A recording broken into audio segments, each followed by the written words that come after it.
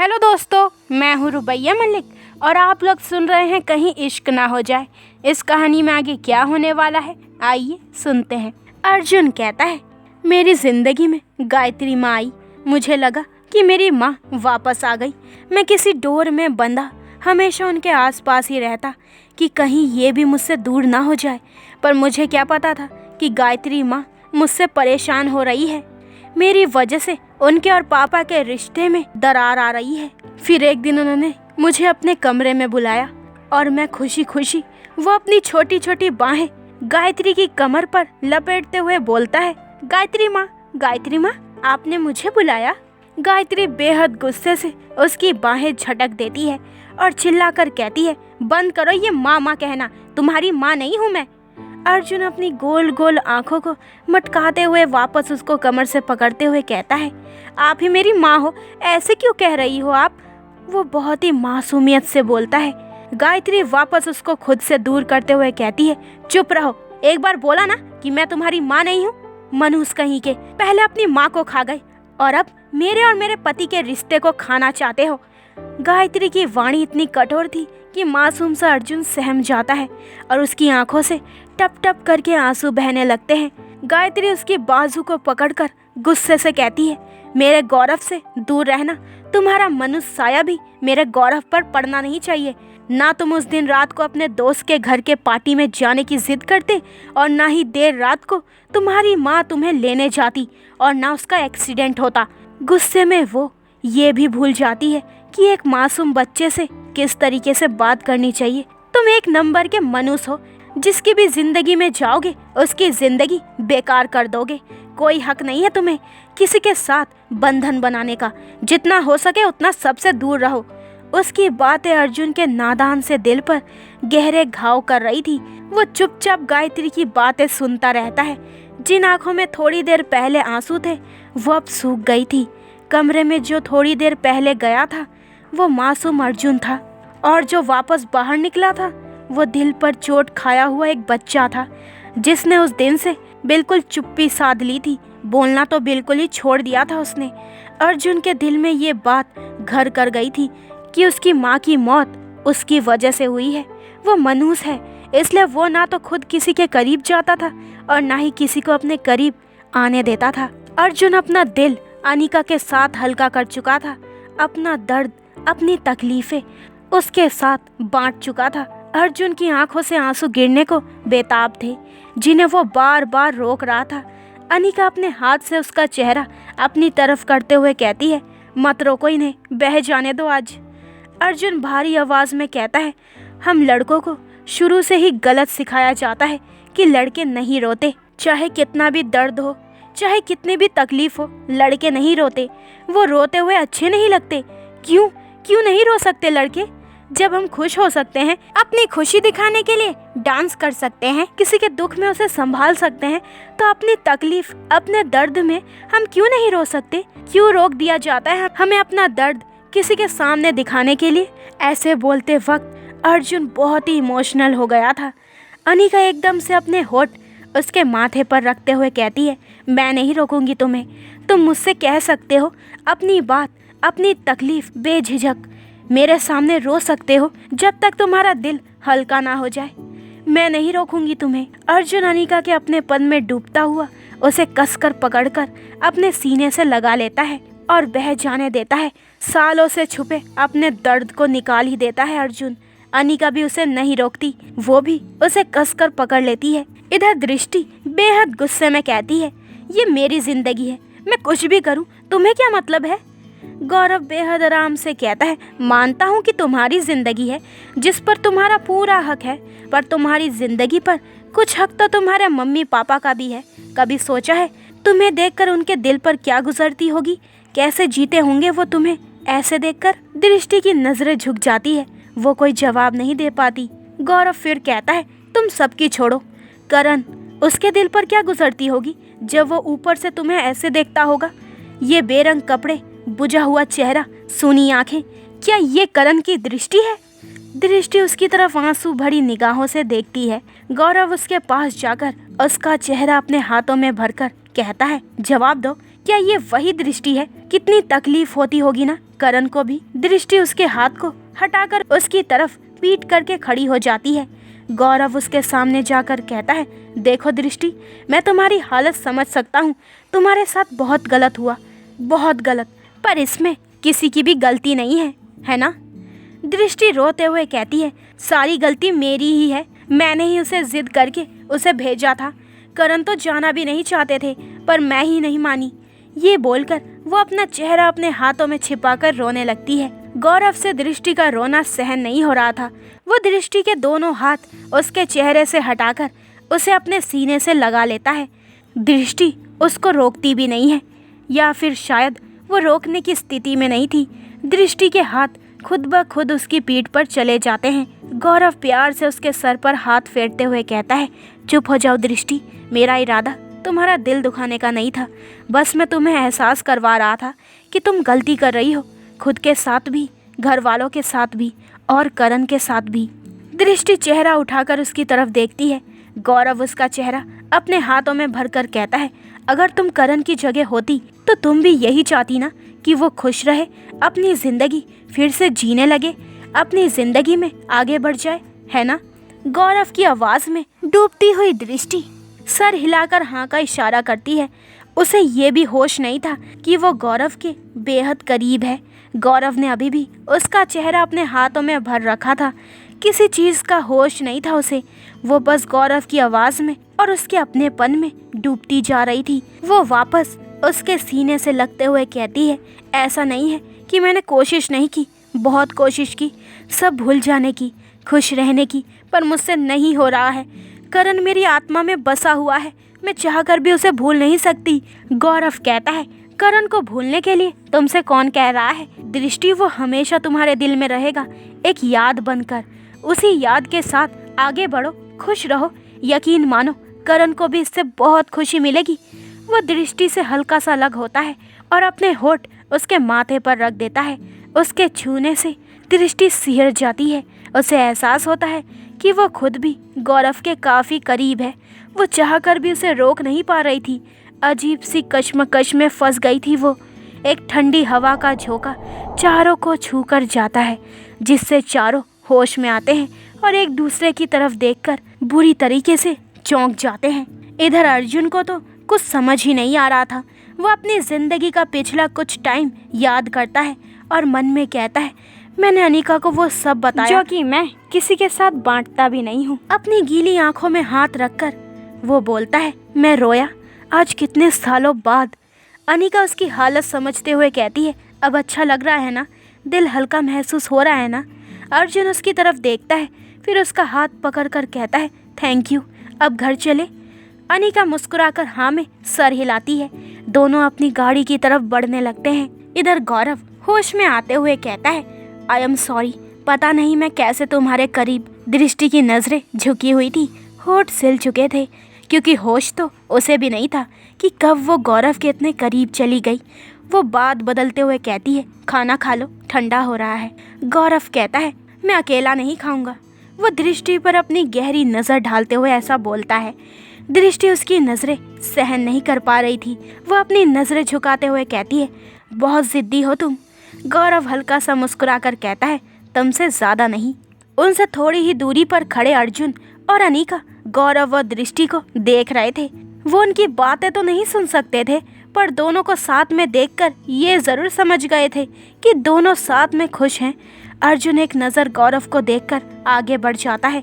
अनिका उसके पीछे जाते हुए कहती है, ये दृष्टि है, गौरव इससे बहुत प्यार करता है।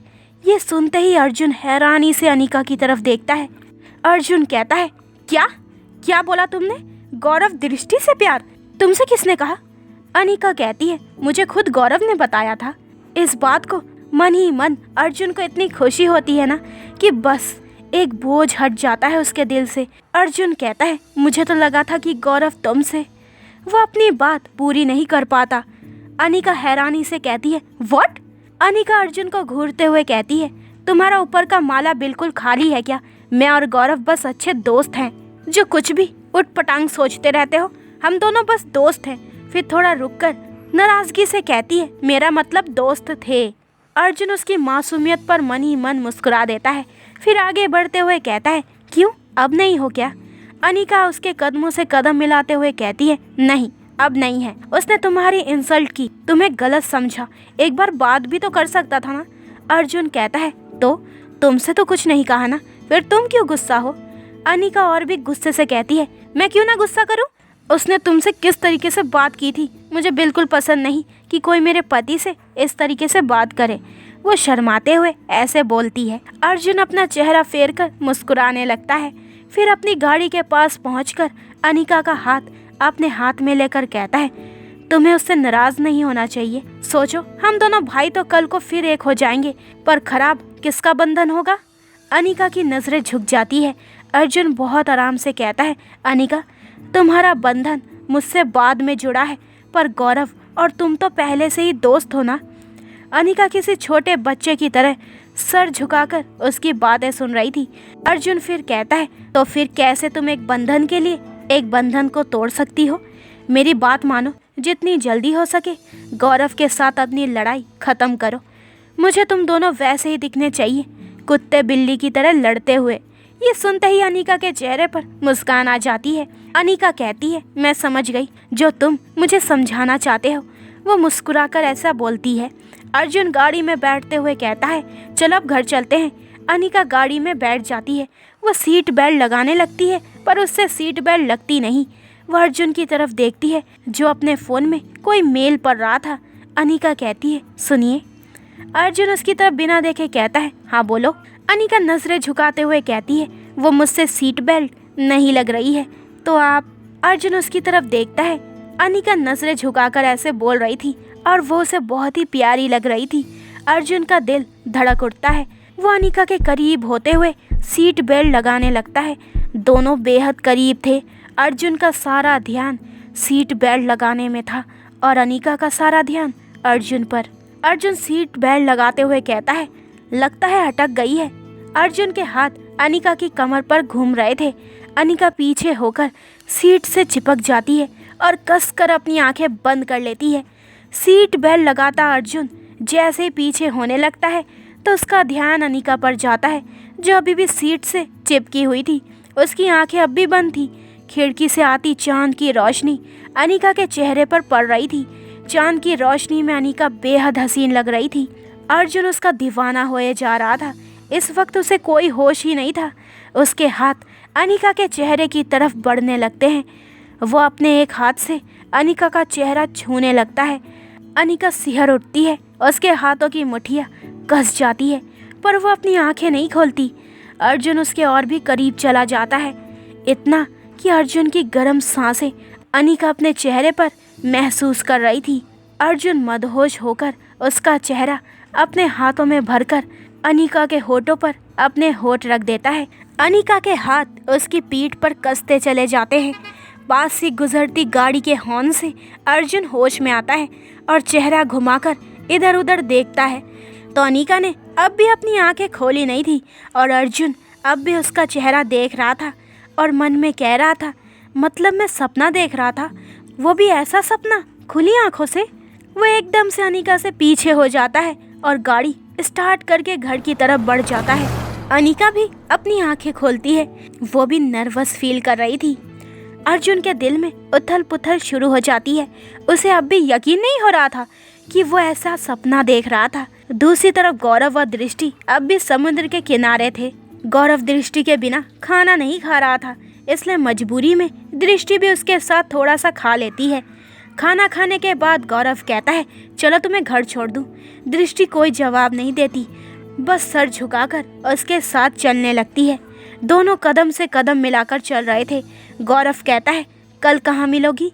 दृष्टि हैरानी से उसकी तरफ देखती है और कहती है, फिर मैं तुमसे आज आखिरी बार मिल रही हूँ। ये सुनते ही गौरव के कदम रुक जाते हैं। वो दृष्टि की तरफ देखता है जो सामने ही देख रही थी। गौरव उसको कमर से पकड़कर अपने करीब करते हुए कहता है, क्या बोला तुमने अभी? तुम आखिरी बार मुझसे मिल रही हो, फिर दोबारा नहीं मिलोगी? क्यों, मेरी सांसें रोकना चाहती हो तुम? दृष्टि उसकी आंखों में देखती है, जहाँ उसे अपने लिए बेहिसाब प्यार और जुनून नजर आता है। वो एकदम से गौरव से दूर हो जाती है और वो कहती है, जो तुम कर रहे हो ना, वो बहुत गलत कर रहे हो। कुछ हासिल नहीं होने वाला तुम्हें। मेरे दिल में तुम अपने लिए कभी प्यार नहीं जगा सकते, इसलिए बंद करो ये सब करना, वरना बाद में तुम्हें ही तकलीफ होगी। गौरव मुस्कुराते हुए कहता है, क्या बात है, मेरी इतनी फिक्र है, कहीं मैं खुशी से मर ही ना जाऊं। मेरी फिक्र भी करती हो, मुझे दूर रहने को भी कहती हो, कमाल है। दृष्टि बेबसी से कहती है, तुम समझते क्यों नहीं हो? गौरव कहता है, समझ तो तुम नहीं रही हो, मैं तुमसे दूर नहीं रह सकता दृष्टि, मैं प्यार करता हूँ तुमसे, वो भी बेहद। तुम नहीं करती तो मत करो, मैं तुम्हें नहीं कह रहा कि तुम भी मुझसे प्यार करो, पर तुम मुझे नहीं रोक सकती, इसलिए प्लीज़ तुम मुझे ये मत कहो कि मैं तुमसे दूर रहूं, नहीं रह सकता यार मैं तुमसे दूर। दृष्टि अपना चेहरा फेर लेती है और वो कोई जवाब नहीं देती। गौरव उसका हाथ पकड़कर कहता है, चलो अब। दृष्टि अपना हाथ छुड़वा लेती है और चुपचाप गौरव के साथ चलने लगती है। दोनों गाड़ी में बैठकर दृष्टि के घर की तरफ निकल जाते हैं। पूरे रास्ते ना तो गौरव कुछ बोलता है और ना ही दृष्टि। उधर भी पूरे रास्ते ना तो अर्जुन कुछ बोलता है और ना ही अनिका। कुछ ही देर में अर्जुन घर पर पहुंच जाता है। वो अभी अपने सपने में उलझा हुआ था। अनिका जल्दी से सीट बेल्ट खोलकर गाड़ी में से उतरती है और अंदर चली जाती है। अर्जुन नज़रों से उसका पीछा करता है, फिर वो भी गाड़ी पार्क करके अंदर चला जाता है। इधर गौरव की गाड़ी दृष्टि के घर के सामने आकर रुकती है। दृष्टि बिना कुछ बोले गाड़ी में से उतरकर अंदर जाने लगती है। गौरव पीछे से कहता है, बाय, गुड नाइट। दृष्टि कोई जवाब नहीं देती और वो अंदर चली जाती है। गौरव अपना चेहरा लटकाकर वापस घर की तरफ चला जाता है। इधर अर्जुन कमरे में आता है। अनिका वॉशरूम में थी। अर्जुन अनिका के बाहर आने से पहले ही अपने कपड़े बदल लेता है। जैसे ही वो टी शर्ट पहनने लगता है तभी अनिका वॉशरूम में से बाहर आती है। दोनों की नजरें मिलती है, दिल धड़क उठता है दोनों का। अर्जुन ने अभी तक टी शर्ट पहनी नहीं थी। अनिका की नजरें झुक जाती है। लाइट येलो कलर के नाइट सूट में वो बहुत ही प्यारी लग रही थी। अर्जुन नजरें नहीं हटा पा रहा था अपनी। अनिका नजरें झुकाकर उसके पास से गुजर जाती है। अर्जुन भी होश में आता है और अपनी टी शर्ट पहनकर बिस्तर से टेक लगाकर अपना लैपटॉप खोलकर बैठ जाता है। अनिका उसकी तरफ देखती है, फिर कहती है, मैं कॉफ़ी बनाकर लाती हूँ। अर्जुन उसकी तरफ देखकर कहता है, हाँ मुझे ज़रूरत भी थी कॉफ़ी की। वो मुस्कुराकर बोलता है।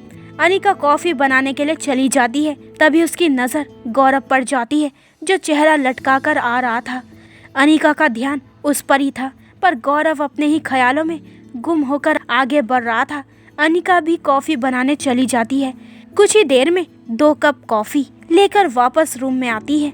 अर्जुन अब भी लैपटॉप पर लगा हुआ था। अनिका उसके सामने कॉफ़ी रखते हुए कहती है, कॉफ़ी।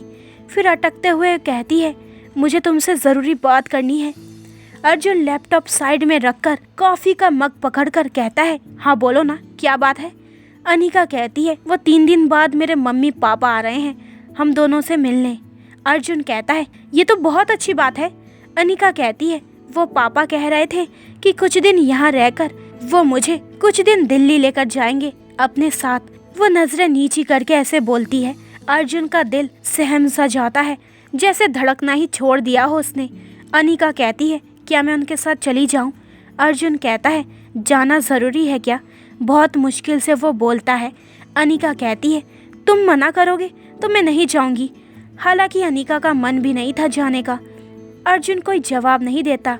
अनिका उसकी हालत समझते हुए कहती है, चलो छोड़ो, जब जाना होगा तब देखेंगे।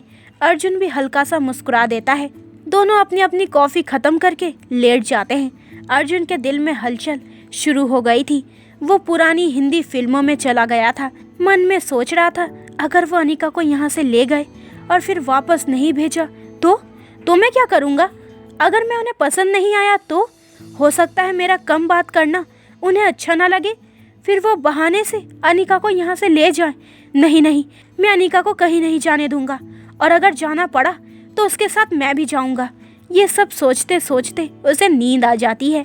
इधर गौरव और दृष्टि भी एक दूसरे के बारे में सोचते सोचते सो गए थे। तो दोस्तों, ये वाला एपिसोड यहीं पे ख़त्म होता है। अगले एपिसोड में जानेंगे कि इस कहानी में आगे क्या होने वाला है।